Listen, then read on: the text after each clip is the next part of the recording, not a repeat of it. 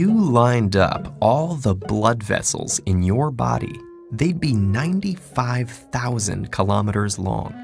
And every day, they carry the equivalent of over 7,500 liters of blood, though that's actually the same 4 or 5 liters recycled over and over, delivering oxygen and precious nutrients like glucose and amino acids to the body's tissues. All that blood exerts a force on the muscular walls of the blood vessels. That force is called blood pressure, and it rises and falls with the phases of the heartbeat. It's highest during systole, when the heart contracts to force blood through the arteries. This is your systolic blood pressure. When the heart is at rest between beats, blood pressure falls to its lowest value, the diastolic pressure. A typical healthy individual produces a systolic pressure between 90 and 120 millimeters of mercury, and diastolic pressure between 60 and 80. Taken together, a normal reading is a bit less than 120/80. The blood traverses the landscape of the body through the pipes of the circulatory system. In any plumbing system, several things can increase the force on the walls of the pipes: the properties of the fluid, extra fluid, or narrower pipes.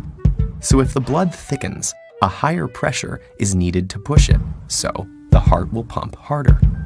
A high salt diet will lead to a similar result. The salt promotes water retention, and the extra fluid increases the blood volume and blood pressure. And stress, like the fight or flight response, releases hormones like epinephrine and norepinephrine that constrict key vessels, increasing the resistance to flow and raising the pressure upstream. Blood vessels can usually handle these fluctuations easily. Elastic fibers embedded in their walls make them resilient. But if your blood pressure regularly rises above about 140/90, what we call hypertension, and stays there, it can cause serious problems. That's because the extra strain on the arterial wall can produce small tears. When the injured tissue swells up, substances that respond to the inflammation, like white blood cells, collect around the tears. Fat and cholesterol floating in the blood latch on too, eventually building up to form a plaque that stiffens and thickens the inner arterial wall. This condition is called atherosclerosis, and it can have dangerous consequences. If the plaque ruptures, a blood clot forms on top of the tear, clogging the already narrowed pipe. If the clot is big enough, it can completely block the flow of oxygen and nutrients to cells downstream.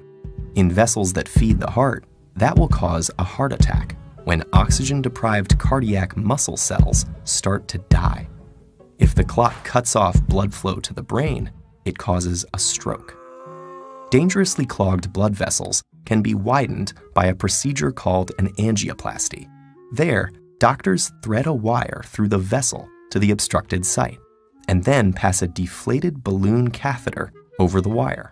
When the balloon is inflated, it forces the passageway open again.